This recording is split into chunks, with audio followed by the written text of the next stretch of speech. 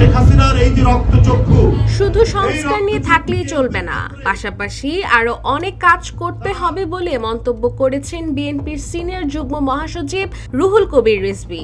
তিনি বলেন, বাজার নিয়ন্ত্রণ করে নিত্যপণ্যের দাম কমাতে হবে, ভাবতে হবে মানুষের সুখ শান্তির কথা। ক্ষোভ জানিয়ে বিএনপির এই নেতা আরো জানান, গত 15-16 বছর শেখ হাসিনা দেশে ফিরাউনের রাজত্ব কায়েম করেছিল। মিছিল বের করলে শটগান দিয়ে গুলি করত পুলিশ, ফেসবুকে স্ট্যাটাস দিলে বাড়ি থেকে ধরে এনে জেলে পাঠাতো, প্রতিবাদ করলেই করা হতো মামলা, নিপীড়ন আর গুম। অন্তর্বর্তী সরকারের প্রধান উপদেষ্টা ডক্টর মোহাম্মদ ইউনূসকে উদ্দেশ্য করে রুহুল কবির রিজভী বলেন, পুলিশের সংস্কারের পাশাপাশি বিচার বিভাগের স্বাধীনতাও নিশ্চিত করতে হবে। মানিকগঞ্জ জেলা শিল্পকলা একাডেমিতে জিয়া স্মৃতি পাঠাগার আয়োজিত এক অনুষ্ঠানে এসব কথা বলেন রিজভী।